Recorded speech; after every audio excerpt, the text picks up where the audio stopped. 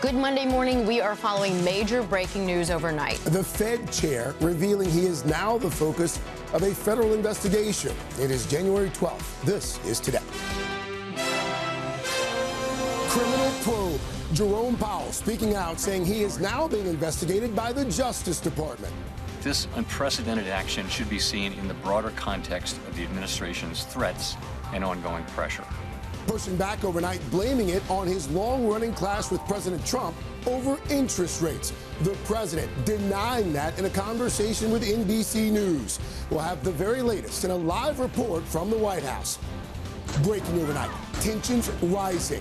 A new wave of protests erupting across Iran. The death toll from a massive government crackdown growing. And this morning, President Trump now considering possible military action in the region. So where will it all go from here? On edge. Intense clashes between protesters and police at an ICE headquarters near Minneapolis. The Trump administration vowing to flood the city with hundreds more federal agents today. We're there live. New twist. We're learning more about the man arrested in the mysterious murder of an Ohio dentist and his wife. What the investigation is now revealing about her ex-husband as he prepares to face a judge today. Those stories, plus party on. Hollywood's biggest stars out in force for the Golden Globe, celebrating the best of film. Timothée Chalamet. And TV, including a huge night for... The Pit! So incredibly grateful, and I don't know how to say all my gratitude for 54 years and 60 seconds. We'll break down the winners, must-see moments, and red carpet fashions. Countdown to Milan. Glorious quad flip to open. Meet the newly revealed U.S. Olympic figure skating team set to take on the world in Milan after a little pep talk from Hoda. Go Team USA! Her exclusive interview with America's new stars on ice straight ahead. And wild card weekend. Hands up, Henry's got it to the end zone. Touchdown, New England. The Patriots win their first playoff game since the Tom Brady era, while the 49ers knock out the defending champs. Steps up, touchdown, San Francisco. And the Bills rally past Jacksonville. Ball's intercepted. The game is over. All the highlights with one more game still to come today, Monday, January 12th, 2026. From NBC News, this is Today with Savannah Guthrie and Craig Melvin. From Studio 1A in Rockefeller Plaza. And a very good morning to you. Welcome to Today. So glad you're starting your Monday morning with us. So glad you're starting your week with us. Laura Jarrett here as Savannah continues her vocal rest. Let me tell you, wild card weekend lived up to the hype. Had the Patriots beating the Chargers last night here on NBC. And then you had that instant classic in Chicago on Saturday night, and there's still one game left to go. I was going to say, I think they're still celebrating there. You know who else is celebrating? The U.S. Olympic figure skating team. You know why? Because they got Hoda. There you go. The best cheerleader around. We'll have that for you coming up in just a few moments. First, though, we do want to start with those major breaking stories overnight, including that deadly escalation in Iran. More than 500 people killed as the government there continues its crackdown on protesters.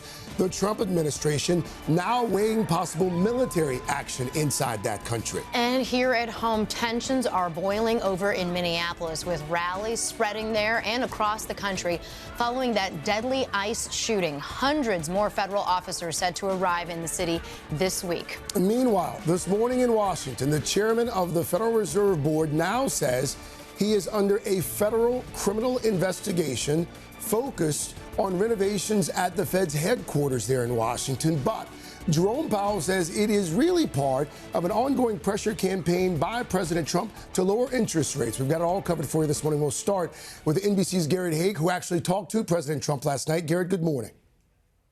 Hey, Craig, good morning. Powell now becomes the latest in a string of President Trump's perceived political opponents to be investigated by his Department of Justice. Last night, the president told me he had no knowledge of any investigation into Powell, but he did seem to welcome the news, calling the Fed chair not very good at his job. This investigation of a sitting Fed chair is unprecedented, and it is already drawing bipartisan backlash.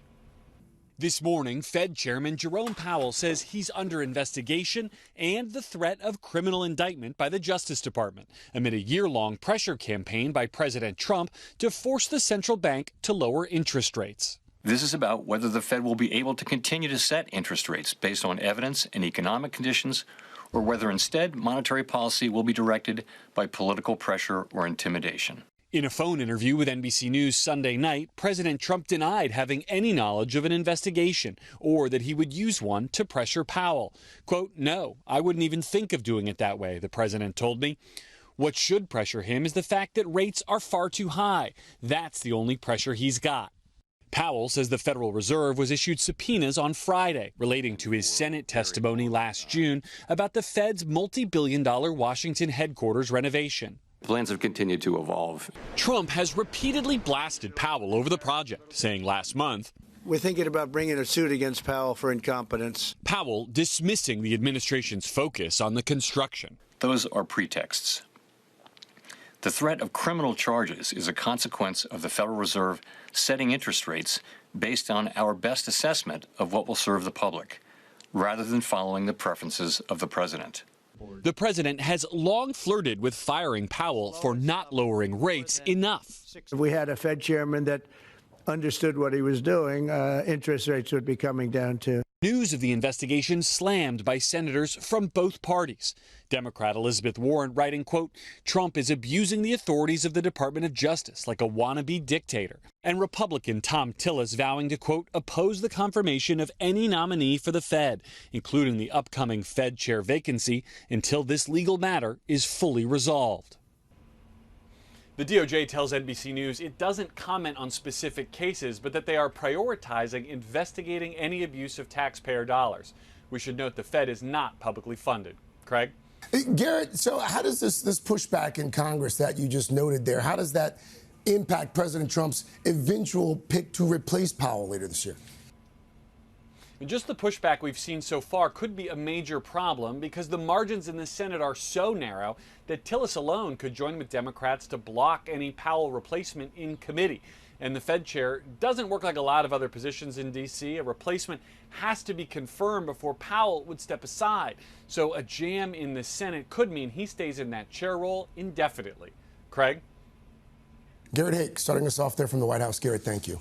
And another major story this morning, President Trump weighing all options against Iran, including potential military action amid the country's aggressive and deadly crackdown on those anti-government protests. The demonstrations continuing to grow, now entering a second week. NBC's chief foreign correspondent Richard Engel has that story for us. Richard, good morning.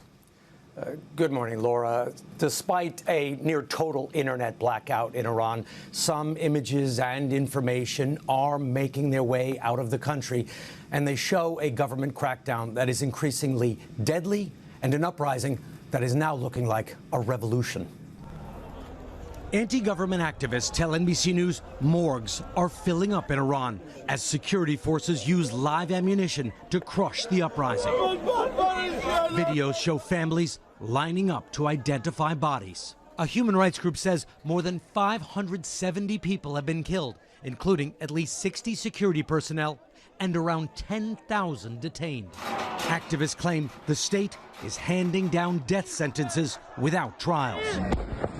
But the protesters are not stopping, setting fires to government buildings and symbols of the regime. Some of the protesters are calling for the restoration of Iran's former monarchy, overthrown by the Islamic Revolution in 1979. President Trump says he's weighing military options against the Iranian government. We're looking at it very seriously. The military is looking at it, and we're looking at some very strong options. The Iranian government hasn't commented on the death toll and is warning that if attacked, Iran could retaliate against Israel and American bases in the Middle East. If they do that, we will hit them at levels that they've never been hit before. They won't even believe it. The government is now organizing counter rallies and declaring 3 days of mourning for security personnel and civilians killed in the violence. The uprising is triggering solidarity protests around the world, including in Los Angeles, where a U-Haul truck plowed into a crowd supporting the uprising on Sunday. No major casualties reported. The driver taken in for questioning. President Trump says the Iranian government has reached out to him and wants to negotiate. He said he might not wait for that before carrying out any potential military strike. Laura. Richard Engel, thank you. Protests also in the spotlight here at home, with demonstrations spreading across the country after that deadly ICE shooting in Minneapolis. Tensions there so high, the Trump administration says hundreds of additional federal officers will be deployed by the end of the day. NBC's Maggie Vespa remains on the ground for us there in Minneapolis. Maggie, good morning. Craig, good morning. This new influx of officers marking just the latest escalation here on the ground, with Minneapolis still reeling after the death of Renee Good. Meanwhile, the Trump administration vowing immigration raids will continue, and as we're seeing, making good on that promise as tensions in this city continue to soar. After a weekend of protests coast to coast, overnight dramatic clashes outside the local ICE headquarters near Minneapolis. Federal officers deploying flashbangs in an attempt to disperse protesters. You decided to invade our city. This as the Trump administration vows to send in hundreds of additional immigration officers to the city by the end of today. All this days after ICE officer Jonathan Ross fatally shot 37-year-old Renee Good behind the wheel of her SUV. Oh! The shooting and its aftermath captured on multiple cameras. Top Trump officials continuing to defend Ross. I truly believe this officer, in his mind, thought his life was in danger, which allows him to use lethal force. And the vice president saying last week that the ICE officer deserved absolute immunity. President Trump asked overnight how he'd define that. Well, I'm going to let the people define it, but immunity, you know what immunity means as well as I do. But, you know, people can't be treating law enforcement that way. Earlier on Meet the Press, the city's Democratic mayor, Jacob Frey, blasting the rhetoric. There is deep mistrust because so many of the things that we are hearing are not true. Make hold, make hold, make hold. Meanwhile, dramatic new video showing immigration raids and arrests in the city continuing, and this exchange going viral. You should get a real job. Have y'all not learned from the past couple of days? Have you not learned? Learned what? What's our lesson here? What do you want us to learn? Following federal agents. Give me my phone back. No, you can't take my phone. DHS not responding to our request for comment. At the scene of the deadly shooting, a growing memorial. I don't know how much more we can take. Now, this morning, Minnesota authorities are continuing to demand the FBI restore the state's access to the investigation into this shooting, something that thus far the Trump administration has just refused to do. Also this morning, we reported last week, Minneapolis public schools went fully remote amid all of this. They are resuming in-person classes today with a remote option, quote, for families who may need it. Craig. Maggie Vespa there for us in Minneapolis. Maggie, thank you. There are new developments in this disturbing double murder case of an Ohio dentist and his wife. The woman's ex-husband arrested in Illinois over the weekend and set to make his first court appearance later today. NBC's Aaron McLaughlin is at the courthouse in Rockford, Illinois for us. Aaron, good morning. Laura, good morning. Investigators allege Michael McKee, a vascular surgeon, drove more than 400 miles from Illinois to Ohio to carry out the double homicide. The alleged motive, unclear. This morning, we're learning more about the man charged with murdering his ex-wife, Monique Tepe, and her husband, Spencer. 39-year-old Michael David McKee was arrested Saturday. The Chicago-based vascular surgeon, set to be arraigned today, is charged with 2 counts of murder. He appears dead. His blood. 13 days after authorities discovered the Tepes shot to death on the upper floor of their Columbus, Ohio home. Their 2 young children also inside unharmed. In Chicago Sunday, this video shared by a resident showing a police officer keeping watch outside the door of McKee's luxury apartment. A neighbor says he moved in last summer. He wasn't nervous, he wasn't jittery, he wasn't looking every which way. He looked me straight in the face and smiled when we were talking. According to court documents, detectives were able to identify a suspect through neighborhood surveillance. Last week, Columbus police released this video showing a so-called person of interest near the Tempe's home around the time of the double homicide. According to court documents, investigators tracked a suspect to a vehicle which arrived just prior to the homicide and left shortly after the homicide. Adding, they later located the vehicle about an hour outside Chicago and linked it to Michael McKee. McKee and Monique Tepe divorced in 2017 after roughly 2 years of marriage. According to court records, they had no children together. Monique left the marriage and did not look back. Phyllis Williams is a friend of Monique's mother and attended Sunday's funeral. This is a hole that will never be filled. It's just a horrible, horrible tragedy. McKee's extradition hearing is scheduled for Rockford later today, with his arraignment to follow in Ohio. It's unclear if he has legal representation at this time. Laura? All right, Aaron, thank you.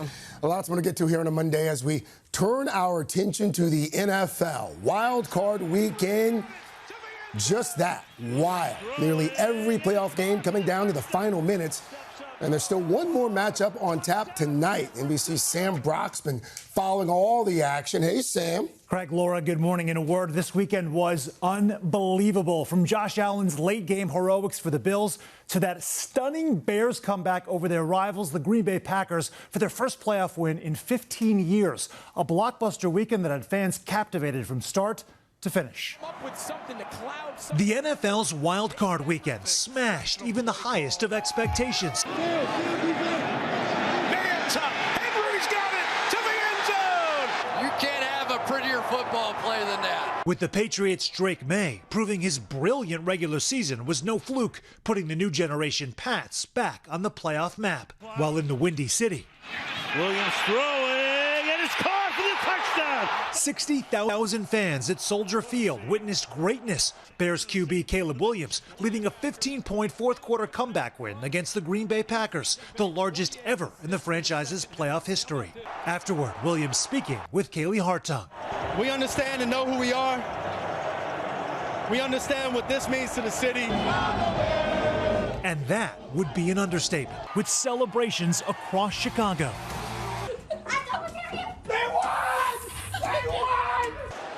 In warmer climates, MVP candidates Matthew Stafford of the LA Rams. Stafford going towards the end zone. Parkinson! And Josh Allen of the Buffalo Bills. And Allen's got it. Not to be denied. He's still going. Look at this. Wow. Both willing their teams to last-minute wins, despite both suffering injuries, keeping two of the favorites to reach the Super Bowl in the playoffs. We get one more. That's right. That's the reward for doing what we did today. We get one more. As for the seasons cut short, like the Jacksonville Jaguars, who barnstormed the NFL under first-year head coach Liam Cohen, a reporter with this touching message. Thank you. You did a great job out there today. So you just hold your head up, okay? Thank and you, ladies ma'am. and Now the final game on tap for tonight. The Texans versus the Steelers in what could be the final game of Aaron Rodgers' storied career. All right, back to that Bears win now, guys. Many people are wondering how in the world Chicago keeps coming back when victory seems almost impossible, and the answer might be found in one of its holiest fans. These jerseys just became available, and you can understand the appeal. Pope Leo was well represented at Soldier Field over the weekend. If you buy that jersey, the one I'm waiting for, though, just says, "Da Pope." Yes. You know it's coming. It's only a matter of time. That's going to be hot. His holiness is just has to become true, right? Clearly, Let me tell you, man, that Bears game on Saturday night is instant classic. Unbelievable. Instant classic. This was How the Chicago biggest does comeback ever in the franchise's history in the playoffs. And Josh Allen all banged up, too, doing what he did. Thank you, Sam. Thank you. Thank you. Thank you. Thank you, Sam. All right, it's time for our first check of the weather. And for that, we say good morning to Mr. Roker. Hey, good morning, guys, and good morning to you. Hope you had a great weekend. Well, we've got some record temperatures possible today. This is how crazy it is, right? It's going to be warmer in Rapid City, in Denver, in Wichita, in Springfield even, than Atlanta, Georgia. 49 Manhattan for the high there, but 65 in Rapid City, 59 in Denver, New Orleans, only 54 degrees. For tomorrow, New York City, we're going to be 6 degrees warmer than average into the mid-40s. Chicago, 50 degrees. Cheyenne, 58. Oklahoma City, 68. Then we cool down as we head toward the end of the week. Chicago, you're back down to normal into the upper 20s, low 30s. By Friday, New York City, we're 34, 48 on Friday in parts of Texas. We are looking at colder than average temperatures next week for the eastern half of the country, warmer than average out west. We're going to get to your local forecast coming up in the next 30 seconds. Oh, wow. We're back, 7:30. Something's missing. You're hearing Hall & Oates there. She's gone. We're playing it because the Rockefeller Center Christmas tree is gone. She was taken down yesterday. That tree is now donated to Habitat for Humanity, where it will be used to help build and improve homes all over the country. The tree is gone, but cheer up, folks. Ladies and gentlemen, Carson Daly is here. I cared so much about that tree, I didn't realize it was gone until 3 minutes ago. Right out that window. Oh, yeah, so I was reading the copy. But it's going for a great cause, which is awesome. It is. And we will move on. Good news is we got a fun half hour ahead, and we're going to start with last night's big event in Hollywood, the 83rd Golden Globe Awards. The stars were out honoring the best in TV and film, and NBC's Liz Kreutz is in Los Angeles for all the highlights for us. Hey, Liz. Hey guys, good morning again. The Golden Globes is known as Hollywood's biggest party of the year, and last night did not disappoint, especially for some major fan favorites. One battle after another, and The Pit both took home multiple statues, while Timothée Chalamet picked up his first. Welcome to the 83rd Golden Globes. The stars were shining brightly last night at the 83rd Golden Globes, and the jokes from host Nikki Glaser were flying. You've won 3 Golden Globes, an Oscar, and the most impressive thing is that you were able to accomplish all of that before your girlfriend turned 30. I mean, it's just insane. One battle after another. One battle after another, winning big, taking home 4 trophies, including Best Picture Comedy, Best Director and Best Screenplay for Paul Thomas Anderson, and Best Supporting Female Actor for an emotional Tiana Taylor. That love is an action, not just the word, and everything I do is rooted in that truth. On the drama side, Hamnet taking the award for Best Film, with Sinners winning for cinematic and box office achievement. And the Golden Globe goes to Timothée Chalamet. Fan favorite Timothée Chalamet taking home his first Golden Globe, winning Best Actor in a Comedy for his role as ping pong wizard Marty Supreme. For my parents, for my partner, I love you. Thank you so much. First time Golden Globes also going to Rose Byrne, winning for Best Actress in a Comedy for an If I Had Legs, I'd Kick You. Wagner Moura in The Secret Agent, and Jessie Buckley in Hamnet, picking up Best Actor statues for drama. As for television, it was a show-stopping night for TV dramas Adolescence and The Pit, which won both Best Series. Welcome to The Pit.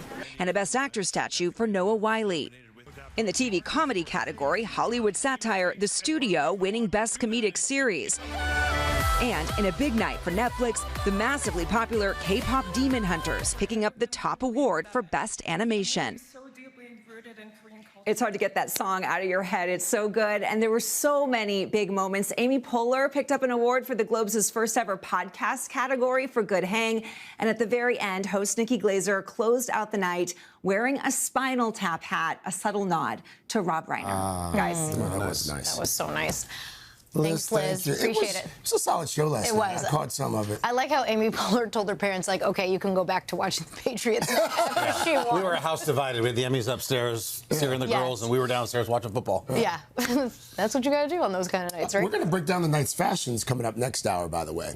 First, though, an exciting moment in the countdown to Milan after a thrilling championships. U.S. figure skating just announced its team for the Winter Olympics. And their first stop, of course, an interview with our girl, Hoda. Hoda, can't wait for that conversation. You and the American stars on ice. We've got it coming up right after this.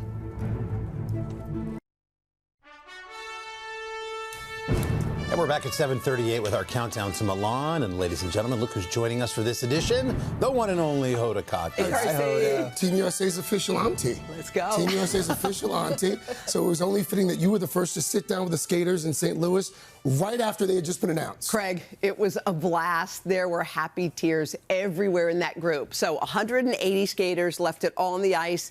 16 punching their tickets to Milan Cortina. And of course, the stars we know delivered. But as always in figure skating, it's the names you didn't see coming who stole the show. So without further ado, meet Team USA's 2026 Olympic figure skaters.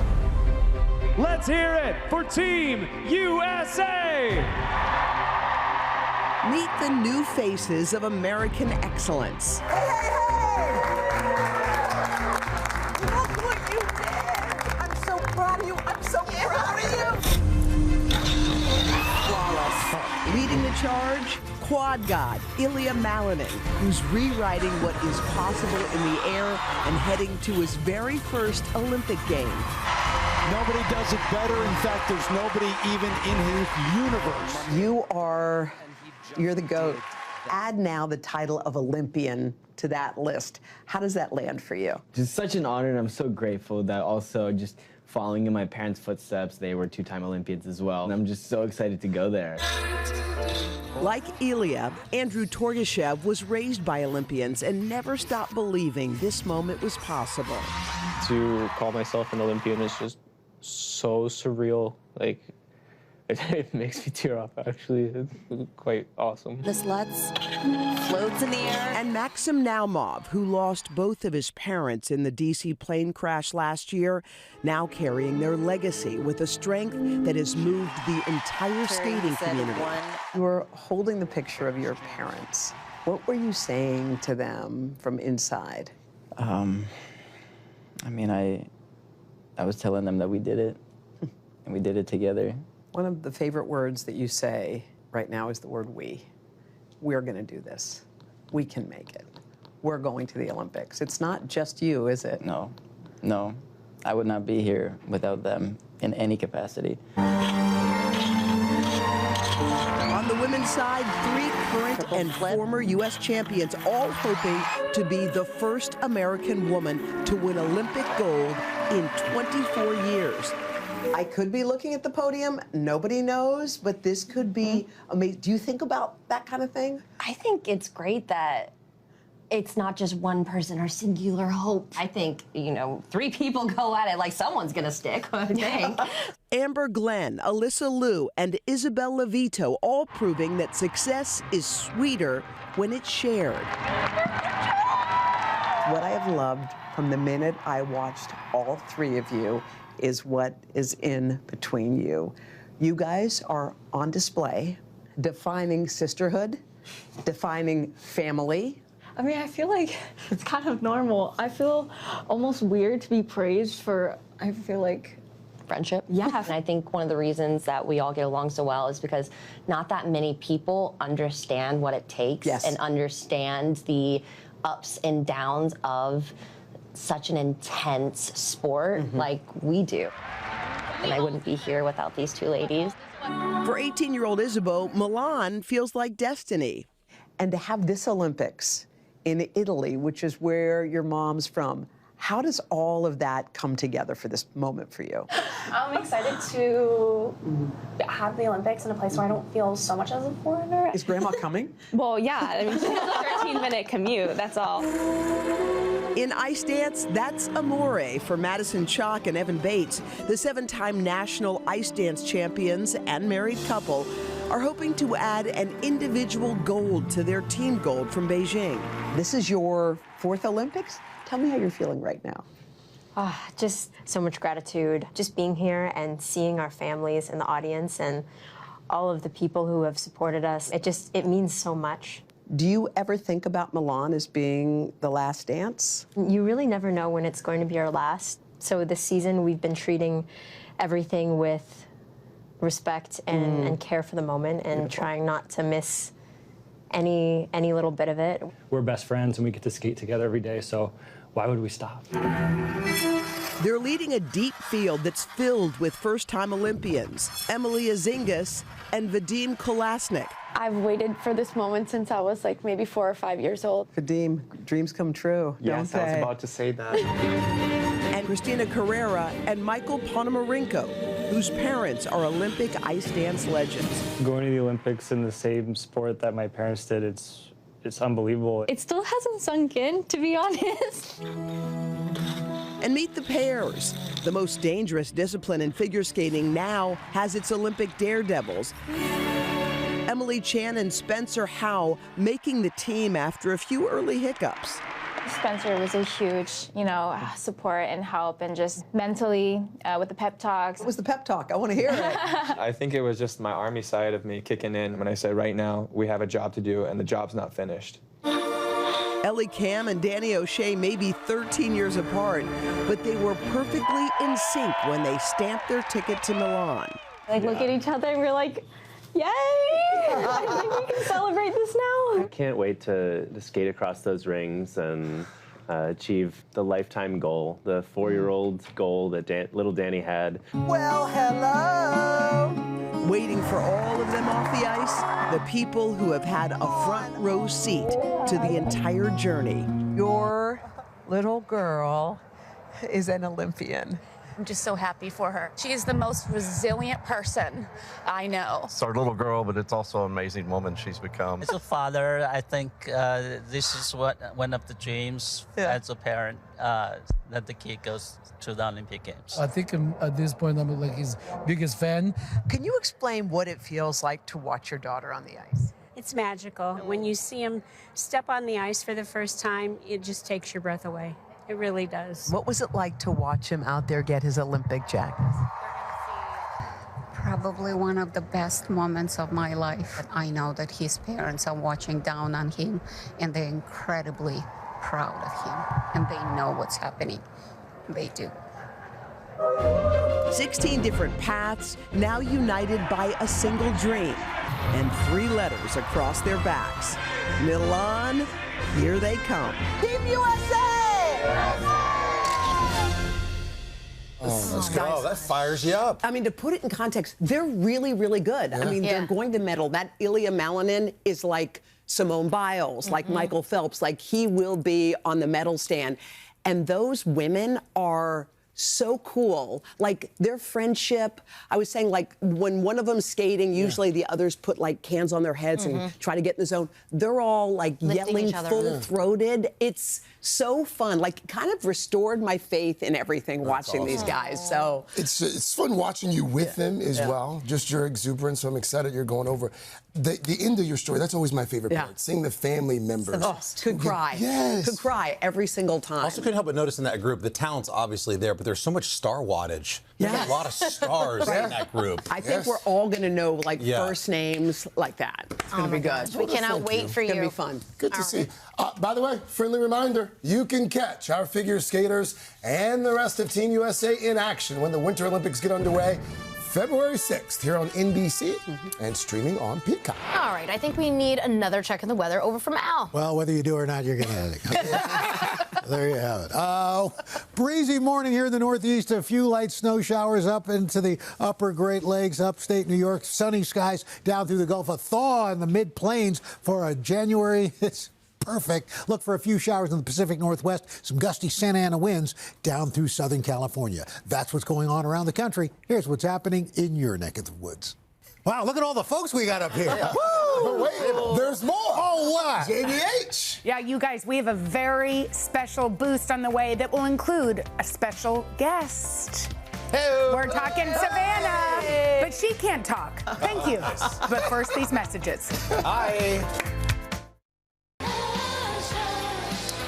We're back with a little voice that's carrying to set up Jenna's Morning Blues. Hold us stuck around for this one because there's one voice that we are really missing around here right now. By the way, I'm kind of nervous to do it in front of Hoda. You know what I'm saying? Okay, guys, it's an extra special boost. You see her right there. Savannah is entering week 2 of her recovery from vocal cord surgery.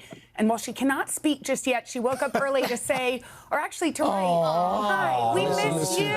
We miss you too. Savannah, I was telling them how I called you the other week for you not to answer so your voicemail would play, but you answered and just clapped over and over again like a seal. Like a seal. How are you feeling? Snapping too. How do you feel? Are we going to do this whiteboard answer? Yes. Like, Yep. It may take a little bit. Oh, good. Good. Good. Okay. How Boring. Yeah. Boring. I like. This feels like a new primetime Jimmy Fallon game show. Quiet. Quiet. What have you been doing? What have you been doing to keep you company? I gave her some book recommendations. Of course you She's did. not reading. No, not reading. Yeah, She read. is. She actually is reading. Journal. Journal. Oh, journal. Oh, Okay. journal. Nice. Wait, Savannah, we're not 100% sure what you did, but do you feel like She's you're reading the book. Theo Deborah gave. Coleman, I gave her that. Have you read it? I'm just starting It's that so book. beautiful. Deborah gave her that. Yes, Deborah gave me that. I think Yeah. Deborah gave it to her, and then I did too. Yeah. Don't daily How does your meditations. throat feel, Savannah? Do you feel like this worked? Will you be back better than ever? Trying to. Yes, okay, good. Trying to grow as a Human. Of course she is. She's bored. You were already a pretty great she human is. before. How hard was it not cheering during the game? A watercolor. Oh, she's painting. She's painting. She actually sent me a painting she did of a cat for She's me. upset Oh, about look the at that. Eagles. Do we have any paintings there? Oh, there's one. Pretty. Watercolors. Oh, look at you. Bob Ross. Yeah. Look, that's Get your heart out. That's the cat. Yeah. Oh, Yes. Well done. gotten very I think good. you're going to have to Savannah. auction these off. We love you. When are you coming back? Can you write real quick?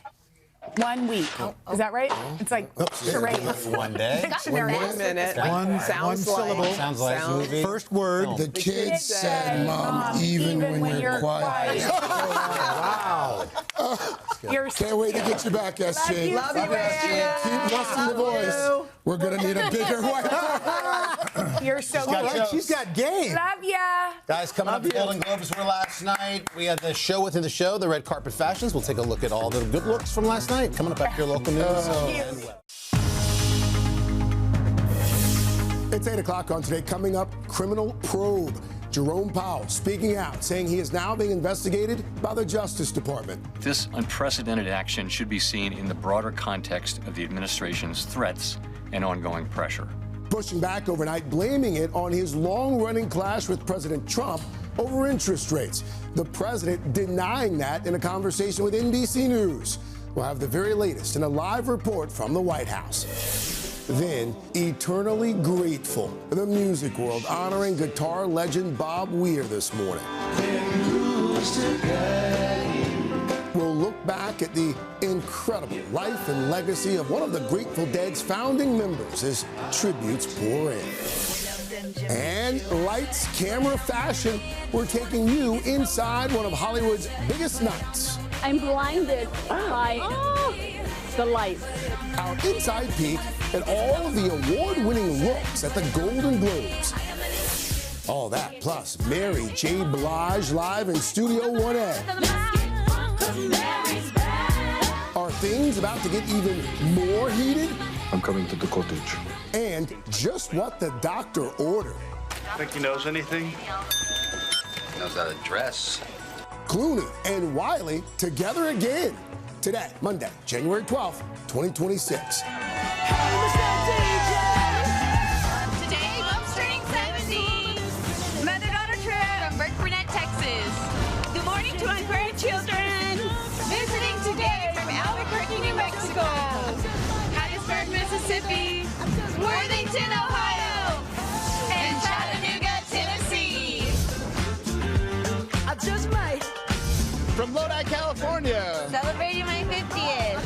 Hi, Mom. Watching back in Indiana. Love you, Grandma. And welcome back to Today. Thank you so much for starting your Monday morning with us. A big thanks to all those folks out in the plaza. Laura Jarrett covering for Savannah, who we just checked in with a few minutes ago. I know I don't have my whiteboard, but I'm happy to be here. We'll get outside in just a few moments. We want to start, though, with your news at 8 o'clock because there's a lot going on. We're going to begin with that major breaking news overnight. Fed Chair Jerome Powell reveals he is now being investigated by the Justice Department in a criminal probe. Powell says it's part of an ongoing pressure campaign by President Trump to lower interest rates. Let's get the very latest now from NBC's Garrett Haight. Garrett actually talked to President Trump yesterday. Garrett, good morning. Hey, Craig, good morning to you. And Powell now becomes the latest in a long string of President Trump's perceived political opponents to be investigated by his Department of Justice. Last night, the president told me he had no knowledge of any investigation into Powell, but he did seem to welcome the news, calling the Fed chair not very good at his job or at building buildings. That last line a reference to the Fed's multi-billion-dollar headquarters renovation, which Powell has said was the crux of this investigation, but not its real motivation. Powell believes this is all about pressuring him and the Fed to lower interest rates, as President Trump has demanded. This is about whether the Fed will be able to continue to set interest rates based on evidence and economic conditions, or whether instead monetary policy will be directed by political pressure or intimidation. In our conversation, the president denied using an investigation to pressure Powell. Congress so far seems unconvinced, and this unprecedented investigation has drawn significant bipartisan backlash that could make it much harder for the president to replace Powell when his term ends in May. Craig? Garrett Hake from the White House. Garrett, thank you. Now to some more breaking news. Thousands of nurses in 3 hospital systems here in New York City went on strike this morning after negotiations failed to yield breakthroughs in their contract disputes. Some of the sticking points include benefits, staffing levels, and workplace safety. The strike, impacting some 15,000 nurses, could potentially force the hospitals to transfer patients and cancel procedures. This morning, congregants are vowing to rebuild a historic Mississippi synagogue that was heavily damaged by fire over the weekend. Flames ripped through the Beth Israel congregation in Jackson early Sunday morning. Thankfully, no one was hurt in that blaze. One person was taken into custody following an investigation that included the FBI and the Joint Terrorism Task Force. The name of that suspect has not been released just yet. This morning, the music world is remembering Bob Weir, a founding member and guitarist of the legendary rock band Grateful Dead. Weir died over the weekend at the age of 78. The San Francisco native met the late Jerry Garcia in 1963, and together they formed one of the most important friendships in rock history. The Grateful Dead would go on to release 13 studio albums and play thousands of live shows, adopting a loyal fan base along the way, of course known as Deadheads. A statement released by his family over the weekend read in part, quote, "There are no final curtain here, only the sense of someone setting off again." Nice sentiment there. Yeah. Mr. Daly, what are we working on, buddy? Well, you don't want to miss this morning's Pop Star, Craig. We got a lot of great items, including a fun ER reunion, 3 decades in the making. All right, that's going to be good. Plus, we are breaking down the fashions on display at last night's Golden Globes. The stars were shining in glamorous looks, and Xana just arrived from an overnight cross-country flight to bring us all the highlights. She talked to all the good stylists right after this.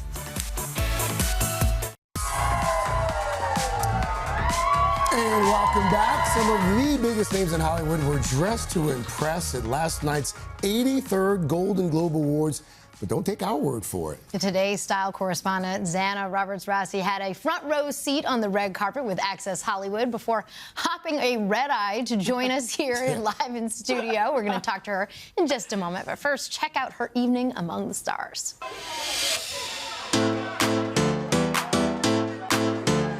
I'm blinded by the lights. Thank you. Tell me the story behind this necklace. It's Cartier. It kind of looks like fans to me, you know, like fanning, fan. Yeah. I said to them, look, I want mocha chocolata, baby, with a splash of yaya on the side. And that's what they gave me. Okay, that is the best inspiration for a look I've ever heard. It's really hot in here since you walked in. I turn up the heat. A little birdie told me that the fitting for this may have happened at midnight. Oh yeah, there's been a series of fittings, but it really does feel like second skin. Mel, you are not only in the trend of the night, the green. Could you believe? Oh, I know, right? And look at the back. Look at the back. Look at the back. You know what? When you're in menopause, you need ventilation. Do you know how many hours Chanel took to make this? I don't, but I should because it was, do you know? 210 hours. Wow. Stunning. Oh, main character energy just stepped in. You look stunning. Thank you. Likewise. Are your own creative director. You worked with Daniel closely on this dress, right? Can you tell me the details? Oh my God, it was so exciting and building from scratch. And I wanted something that was classic. And you're also wearing 104 carats of Tiffany jewelry, I believe. Yes, yes. I think we need to just they may not be coming back tonight, Tiffany, just saying. Did you give those earrings back? I want to know. No comment. Okay, we got to start where you left off there. Tiana Taylor, showstopper. She won, obviously. She was amazing in one battle after another. Tell us everything. What do you know? She was incredible. She's got such an amazing energy as well. She came on up and she gave me a spin in this look. Guys, you have to look at the back of this. The polarizing element was kind of this little crystal bow, strategically placed. But she designed this with Schiaparelli, so it's Daniel Roseberry, the designer. No stylist. No stylist. She's her own creative director. She does it all herself. There's our cute little detail. There it is. And she deserved that bow. win. She absolutely smoldered on the carpet. Rose Byrne, she took home the Golden Globe for Best Actress in a Motion Picture. This green, she dazzled in the green. I heard you ask about how many hours it took to make that dress, but you found out it took a while to land on the color. Exactly. So this color, basically, they started with a white tulle, Chanel Couture, and they tried 6 different color greens to find the perfect one. Green's a tricky color to wear. You want it to work with your skin tone. So Kate Young, her stylist, told me they went through this whole process to nail that exact one. She looks fantastic. Stunning. Okay, Timothée Chalamet. Oh, there we go. An unexpected shoe choice. Timberlands. An ode to New York City. I love it. So fun. Comfy. Comfy. And this is his version of a 3-piece suit. He's wearing chrome hearts. It's a suede suit, the vest, the jacket. He's got his Cartier on. I mean, he's cool. He's chill. He's kind of a modern-day Johnny Depp. Let's talk about Kate Hudson. She's stunned in silver. What was the reaction when she showed up in that? I mean, the crowd's parted. Look at her. She's stunning. Like, the fringe is made of crystal and silk. It's based on a 2007 Armani Privé look. Okay. But they recreated it for today, and it's got this amazing Swarovski around the neck. She's just always glowing and fresh and so smiley. Love Kate. The next one, I think it might be my favorite. You enjoyed this one, too. Claire Danes. Okay. I mean, she can do no wrong, but the T-shirt dress? So this is made by Gap Studio. Zach Posen and Claire are really close. They came together to create a couture T-shirt. This is based on the 90s, like, pocket tee, if you remember. This dress was so elegant, but it actually didn't. It took 600 hours to make. How many? 600 hours. 600? I don't think this will be for sale in Gap today.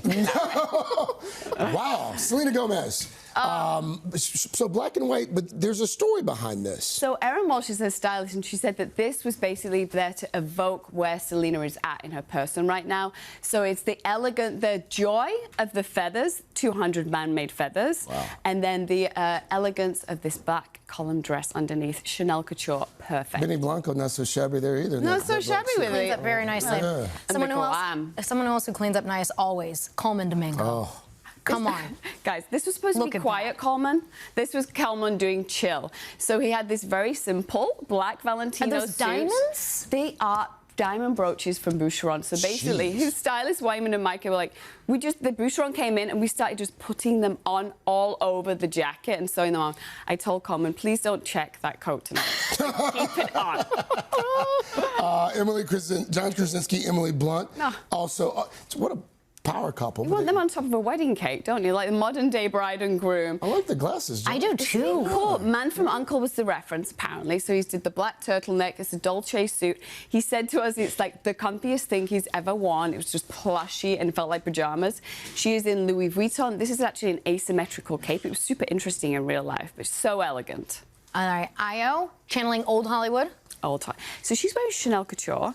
This is Chanel. This is fresh off a runway. This is a very elegant look for her. I think she's really placed herself in this kind of movie star magic moment. Love it. Jennifer Lawrence. Let's end here. Well, this is the one to end on as well. So the naked dress is still going strong, guys. Still going strong. Still going strong. This is Givenchy by Sarah Burton, and she had a bomber jacket on with her down the carpet, but she did not use that. She was owning the nakedness of it with the strategically placed floral detail. It was actually stunning. Did you have a favorite last night? Did you? I mean, Tiana, just because of her energy and her vibe, and she won, and she's just such a great girl. And I love the fact that she doesn't even use a stylist. Do you have a favorite? Listen, I love Coleman Domingo style. Like anything Coleman Domingo wears. You need that jacket. We gotta get you some You need that bananas. jacket. I can't afford that jacket. Half that jacket. No one can. Thank you. She's going to have much more ahead on the 4th hour, and you can catch even more of Xana's Golden Globe highlights tonight on Access Hollywood. Thanks again for making the red eye for us. Every year you do it. My favorite thing to do. I'm impressed. Someone who's always dapper, Mr. Roker. I'm wearing a Jacques Pernet right here. Very nice. And the shoes are from Target. Anyway, let's show you what we've got going on for today. Some showers, Pacific Northwest. January thaw in the mid-plains. Gusty winds out through Southern California. A breezy morning here in the Northeast. Plenty of sunshine through the Gulf into the Mississippi River Valley. That's what's going on around the country. Here's what's happening in your neck of the woods. And that's your latest weather. Best time of the morning. All right, we got a lot of pop stars to get to on a Monday, so we're going to kick things off with ER this award season, serving up some sweet reunions for former co-stars George Clooney and Noah Wyle ahead of last night's Globes. The two shared the stage on Saturday night at AARP's Movies for Grown-Ups Awards, where they each took turns handing out trophies to one another. Wyle taking a moment to look back at how he got his start with Clooney's kind leadership on the set of ER. You got me choked up there, buddy. For the first 15 years of my career, that is how it worked. And then I spent the next 15 years trying to find that feeling, that sense of family, that sense of commitment, that sense of buy-in. And it was only with The Pit that I've found it again. It has been quite a career for Noah as a TV doctor. As we mentioned earlier, he took home another trophy for The Pit at the Globes last night. Next up, Andrea Bocelli. We're going to kick things off with a little 2006 Olympics throwback.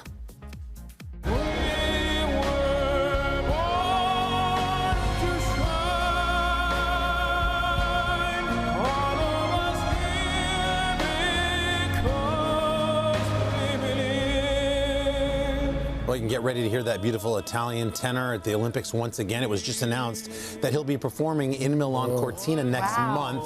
Bocelli is on the lineup of headlining performers for the opening ceremony. February 6th, he'll join 5-time Grammy winners. You saw there, Mariah Carey.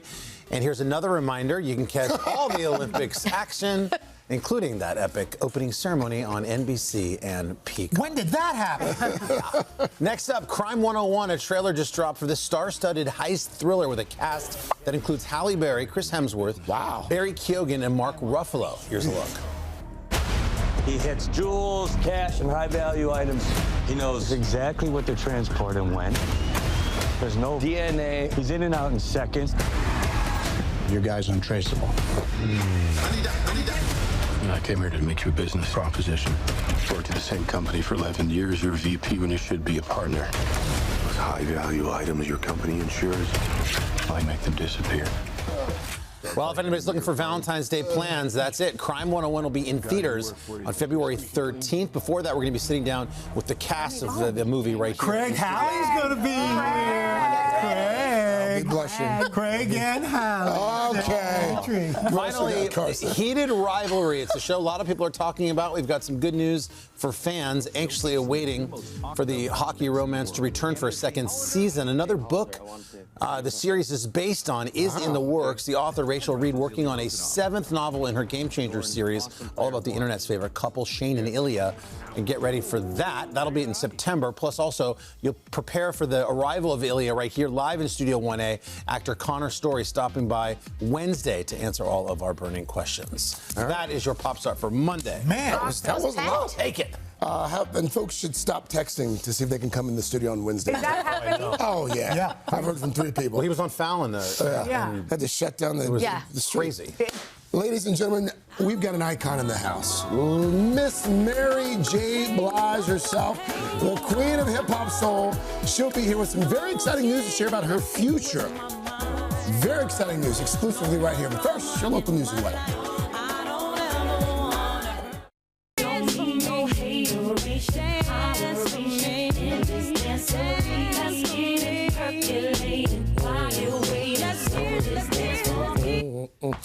We're back. Music royalty, queen of hip-hop soul herself, Mary J. Blige is here, the singer, actress, global icon, 9-time Grammy winner, 8 multi-platinum albums, and countless hit singles like Family Affair, Just Fine, Good Morning. We could go on and on all morning, but we won't. Just last year, Mary completed her For My Fans tour, complete with a concert film from her show over at Madison Square Garden. Mary J. Blige, good morning. Good morning. Welcome back. Thank you. Welcome back. And by the way, happy belated birthday as well. Thank you so much. It was yesterday. Yeah. How'd you celebrate? How did Mary J. celebrate the birthday? Well, Saturday I had to turn up. You still turn up like you used to? Oh, not like I used to, but just with family and friends and people I'm really comfortable around, turning up just in case I have a turn down, in case I don't have a good night. Yeah. I'm around people I can trust. And last night on my actual birthday, I went to dinner and I went to bed. That's it. Mary J. is just like us. Just like us. It is your birthday week, but you've got a gift for us. You've got a gift for fans, an exclusive announcement this morning. What can you tell us? Give us the 411. Well, I'm here to announce my first ever Las Vegas residency. Come on. Come on. MGM. Yes. Dolby Live. That's going to be big. Yeah, that's major for me. Yeah, it's going to kick off in May. Yeah, it kicks off in May. And it's just nice, Vegas is the big time. for folks who come out, what can they expect from the Mary J. Blige residency? Well, it's called My Life Story because it's going to be done more like theatrical, but you're still going to have the music. It's still going to be fun, but it's going to be told. It's a story, so there's going to be actors and actresses and people, living. And so the music tells the story. And I have so many songs that I haven't performed yet, for my fans, like B-sides and things like that. And the actors are going to narrate, the music. Oh, this is going to be an experience. Yeah, but it's going to still be, you're still going to have a good time. It's not going to be some, oh, God, is boring. No, it's Mary J. Blige show or concert is never boring. I was going to say Mary J. doesn't even do boring. Ever boring, because my fans are lit. So my fans are not boring. How are you going to, because you've been in the business for about 30 years now, how do you even decide what makes the set list? Well, it's based on what I haven't performed yet. Okay, so new music. So I'm always performing Real Love. I mean, you're going to get all the stuff you want. You're going to Be Happy, all the songs you want to hear. But this right here is about the narration. So the song tell the story. And so with this, it's about the song telling the story. You mentioned stories. You just signed a new deal with Lifetime as well, as I understand that you're going to be producing 3 films based off your discography. Is that right? Yes. So I did a deal with Lifetime, and we have already done like 3 to 4 movies already. So the first one was Real Love, and the second one was Strength of a Woman. The third one was Family Affair, and the fourth one is Be Happy. Yeah. Yep. And it's great. They're great movies. They're wholesome, and they're fun, and they're relatable, and yeah, you're about to be pretty busy here over the next few months, Mary J. Blige. How are you going to unwind while you're out there in Vegas? What are you going to do? I don't think I'm going to be able to unwind. I got rehearsals. I got things to do. Yeah.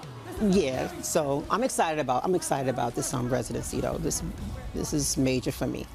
Because it's different because you don't have to be on buses, riding up and down the road. Right. You're just sitting still in your little mansion, and then you come out. In your little mansion, yes. And then you come out on stage into your other mansion, where all your people are, and you sing your songs, and this is going to be more than just singing songs. So it sounds like I've enjoyed your work for so long. I'm so happy.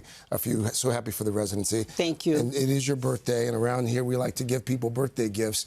And a little birdie told me that Mary J. Blige is a huge fan of a very specific kind of cupcake.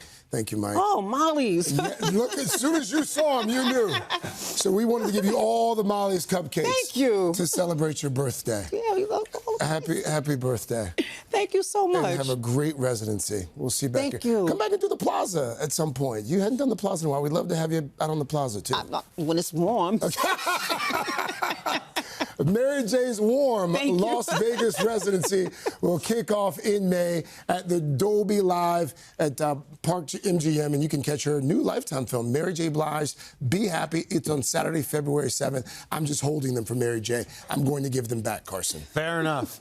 How about Mary J. as a coach on The Voice? I just had that thought. That, when you get some time, Mary J., I'm coming for you to be a coach. Come for me. I love it. All right, speaking of Las Vegas, Katie Linendoll is just back from CES. That's the big consumer electronics show. And she's brought back some of this year's coolest new products. You're going to want to see some of this stuff. But first, this is Today on NBC.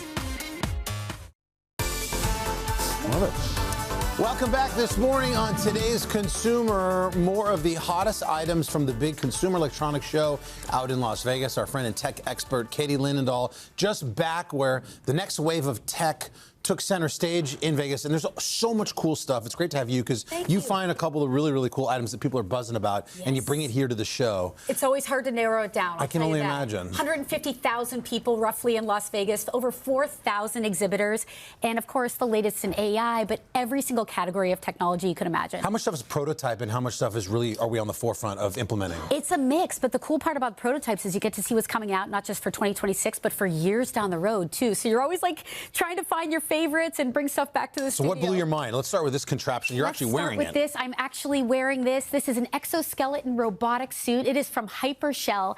And the amazing part about this is we used to talk about this when it comes to amazing super soldiers and Hollywood sci-fi movies. Now they are available for the consumer. And what it is you actually just put this on. I took this out yesterday. I'm a big distance runner. I took it on a 10K run in the mountains yesterday. Kidding. And it allows you to go further and faster with exuding less energy and less effort. And what's awesome about this is you can use it for hiking, for running, for skiing, for biking. And there's AI and motors inside here that make you feel superhuman. It makes you feel like you have this second set of legs. There's a number of different modes that you can put it inside. But do your legs feel lighter when you lift them up? They feel so much lighter. It's a hard feeling to explain. It's like almost like putting somebody in VR for the first time. But Carson, where I'm super excited about this is the area of mobility. The reviews coming back from Hypershell with people with neuromuscular or with arthritis and how it's helping them get back their independence is wild, but it feels like you have almost like a second set of legs. We can't help but think somebody with a disability might really have a great advantage with that technology. And it's not going to do all the work for you. You're still going to have to move, but you determine how much resistance and how much power you want to emit. You have to kind of find your own personal settings. And once you do, you're flying. I was powering up hills yesterday. Wow, I love it. That's so cool. And it comes in this tiny little briefcase. It is carbon fiber. It's super lightweight, only roughly around 4 pounds. Amazing stuff from Hypershell. When might this be available in the marketplace? It's available right now. Oh, it is? Yes. Okay, very cool. You Very can get cool. it. All right, what's next? All right, next Look how up- fast you got to the next thing. Exactly. I flew over here. Right there. This is one of the hottest gadgets at CES. This is from Clix, and it is the Clix Power Keyboard. And the amazing part about it is, Carson, I call it like an ultimate 2-in-1 because it is a great portable charger, but then this portable charger pops right onto your MagSafe on your phone. Check this out. What slides out is a keyboard, and you can use that keyboard on any phone, but it also works with up to 3 devices can connect to it, so you can use it, yes, on your phone, slide it on, slide it off, but also works with an Apple TV. So it's a battery VR headset. recharger, and then it just slides down and becomes the keyboard. And it pops right on with MagSafe, which is so awesome. This has been a huge buzz. Available on pre-order, $79 from Clix. Oh, wow, this is very cool. Yeah. It reminds me of the old, like the old BlackBerry. The BlackBerry days, yeah. There might be a few people from the BlackBerry team working on this device. Yeah, okay, fair enough. All right. Oh, my goodness. This is a big one. The world of beauty tech is just getting bigger and bigger. This absolutely blew my mind. This is Sarah. Hi, Sarah. Thanks for helping us out. And she's going to show you a demo that she showed me in person in Las Vegas and blew my mind. This is eye polish, and it is patent pending acrylic press-on nails that are digital. Imagine being able to change your nail polish anywhere, anytime, instantly. Sarah's going to show you how it works. You have an Android or an iPhone. You just download the app. Your nail, say, for example, hers is blue here, 300 shades to pick from. Oh, my gosh. You stick it inside this tiny eye polish device. This will be out later this year, and instantly it will change in a matter of seconds to any color of choice. Oh, no. So you have new nail polish anywhere, anytime. As you can see, she just went from blue to yellow. So what do? You put on these ones first? Yes. They glue on like a normal fake nail? Exactly. And inside there, you scan the QR code on the package. Every set is different. How many different colors are available? Over 300 shades. So imagine being able to change your nail polish anywhere, anytime. Yeah. Wow. Carson's going to be saving some money with Siri. And you can pick, you can go rainbows, you can do any colors you want, any combinations. It's pretty much endless. And this is coming out, you're saying eye polish. This will be out later this year. You're getting a sneak peek. There's nobody else that has this to showcase. Sarah, how does it feel? Are they like super heavy or do they feel normal? Like regular press. Pretty normal press-ons. All right. Wow, very cool. Katie, thank you so much. Oh, wait, we got one more to show you. Oh, yeah. This is so exciting because this allows you to change the art in your home every single day as many times as you want. It is from Frame-It. It's another sneak peek out this year. Me and the Pope. What you can do, you and the Pope, this was my favorite picture of you, Carson. It's so amazing you got to meet him. And what's awesome is imagine being able to change from any art photo, any picture, any illustration. You can instantly upload it to Frame-It. And then what's neat is there's a bonus feature. You can actually speak anything you want into the frame, and it will automatically upload in less than a minute. No way. No wires, no glare, no pixels. Well, how do you change the giraffe? How do you change the photo? You do it on your phone? Yeah, you can actually upload it on the site. There's no app involved here. It's super simple, and it takes less than a minute. And again, you can come up with any idea you want and speak it right into the frame. Wow, that is Two different cool. sizes. This will be out later this year. It was a Kickstarter hit from Frame-It. Game changer, Katie. Thanks so much. Coming up, Keir Simmons is taking us to one of the world's most famous cemeteries where centuries of legends now rest, and they're selling space to the public. Katie Lindahl, thank you so much. Appreciate you. Thank you, Sarah. But first, this is Today on NBC. We are back now with a visit to one of the world's most popular cemeteries. Yeah, it's in Paris, home to legends of all kinds, and now some very exclusive plots are being made available to the public. NBC's Keir Simmons paid a visit. Keir? Hey there, good morning. If you are a fan of the rock group The Doors or the singer Edith Piaf or author Oscar Wilde, listen up, because the city of Paris is offering the chance to be buried alongside them in a world-famous cemetery that's been full since the start of the 20th century. France attracts the famous and the fashion-conscious for its freedom of spirit. The Clooneys, the latest to move here. For some, it becomes a lasting refuge. Père Lachaise, close to the heart of Paris, is surely the most chic cemetery in the world. It created a fashion, a burial fashion. Now there's a chance for you too to be buried here. It would be amazing to be buried close to somebody that you idolize, like Edith Piaf or like Jim Morrison. This month, 10 new plots are being offered to the public. A while back, Today was given the rare chance to film near the graves of some of the most famous residents. We have one of the most flowered graves of the whole cemetery. It's always popular, the grave of Edith Piaf. Non, je ne regrette rien. You know what it means. No, I regret nothing. The celebrated writer Oscar Wilde was the next stop with guide Jean-Manuel Tremont. Traditionally, fans kiss the stone, leaving lipstick prints as marks of affection. I think Oscar Wilde himself would be amused. He would love it. I think he'd love it. He would love it. Rock star Jim Morrison, perhaps the most visited. The barriers there. Yes. So this will be where this is the grave. Yeah, this is Jim Morrison's grave. Barriers and cameras guard the grave from overly devoted fans. This is the end, beautiful friend. Morrison could be buried here because he lived in Paris at the end of his life. So to be interned alongside these cultural icons, you must be a resident of Paris, says Sylvain Ecole, the man in charge of the cemetery. There's a red dot. Right. Meaning? Here, right. So this is the place? This is the place. The drawer is now closed for each of the 10 plots marked by red dots.